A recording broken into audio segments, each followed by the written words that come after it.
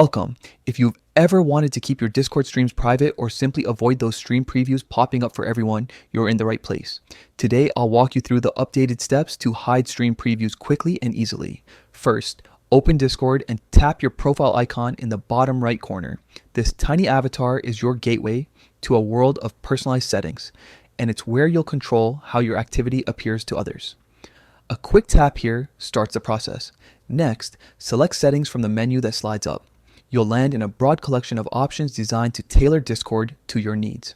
Don't worry, this part is straightforward. You're looking for a setting that affects how your streams are displayed, and the path is built for efficiency. Scroll down until you find voice. This section governs how you hear and communicate, but it also houses some handy privacy controls. Take a moment to peek through the options here. You're aiming to adjust previews rather than audio quality. If you don't see it right away, keep scrolling.